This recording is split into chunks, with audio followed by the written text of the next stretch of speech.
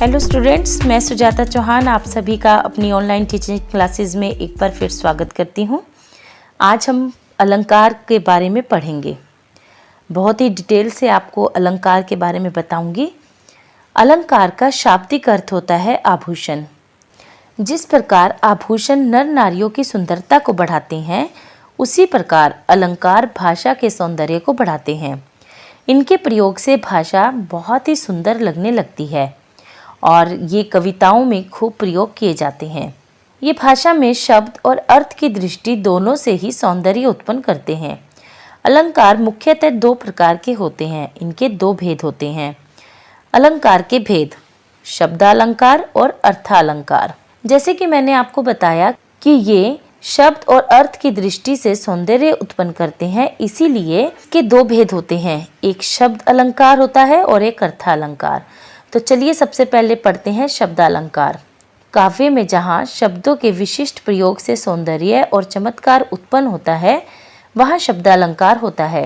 जैसे तट तमाल तरुवर बहु छाए। यहाँ पर त वर्ण के विशेष प्रयोग से पंक्ति में सौंदर्य और चमत्कार उत्पन्न होता है, अतः यहाँ शब्दालंकार है। शब्दालंकार तीन तरह का होता है: अनुप्रास अलंकार, यमक अलंकार और श्लेष अलंकार। ये तीनों अलंकार शब्दालंकार में आते हैं। अनुप्रास अलंकार, सबसे पहले हम अनुप्रास अलंकार के बारे में पढ़ते हैं। अनुप्रास अलंकार काव्य में जहाँ समान ध्वनियों और वर्णों की एक से अधिक बार आवृत्ति होती है, वहाँ पर अनुप्रास अलंकार होता है।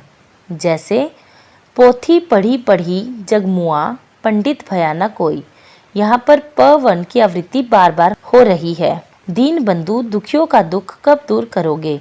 यहाँ पर द वर्ण की आवृत्ति बार बार हो रही है, इसलिए यहाँ पर अनुप्रास अलंकार है।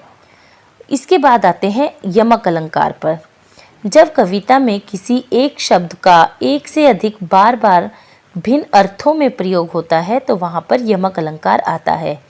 जैसे काली घटा का घमंड घटा। यहाँ घटा शब्द का प्रयोग दो बार हुआ है और दोनों बार इसका अलग अर्थ है। यहाँ पर पहले घटा का अर्थ है बादल और दूसरी घटा का अर्थ है कम होना, अतः यहाँ यमक अलंकार है। इसका दूसरा हम उदाहरण देखते हैं। जितने तुम तारे उतने नहीं गगन में तारे।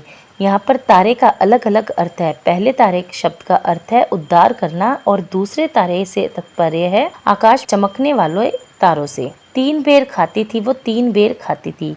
यहाँ पहले तीन बेर शब्द का अर्थ है तीन बार और दूसरे बेर का अर्थ है बेर यानी फल, तो यहाँ पर भी यमक अलंकार आया। नेक्स्ट आता है श्लेष अलंकार।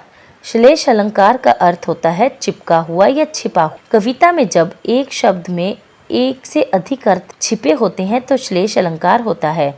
जैसे रहीमन पानी राखिए बिन पानी सब सून, पानी गए न उबरे मोती मानुष चून। दोहे की इस पंक्ति में पानी शब्द के तीन अर्थ हैं, जो अलग अलग संदर्भों में प्रयुक्त होते हैं। मनुष्य के संदर्भ में पानी का अर्थ है सम्मान, मोती के संदर्भ में पानी का अर्थ है चमक तथा आटे के संदर्भ में पानी का अर्थ है जल, अतः यहाँ पर श्लेष अलंकार आया। कहने का तात्पर्य हमारा यह है कि जब एक शब्द के एक से ज़्यादा अर्थ होते हैं तब श्लेष अलंकार आता है और वो अर्थ उस पंक्ति में छिपे हुए हैं। देखने से आपको पानी ही नज़र आ रहा है, लेकिन पानी का यहाँ पर अर्थ अलग अलग है। तो उम्मीद करती हूँ आपको ये वीडियो मेरी अच्छी लगी होगी और आपको सभी शब्दालंकार समझ आ गए होंगे। नेक्स्ट वीडियो में आपको मैं अर्थालंकार के बारे में बताऊँगी। तब तक के लिए आप सभी का धन्यवाद।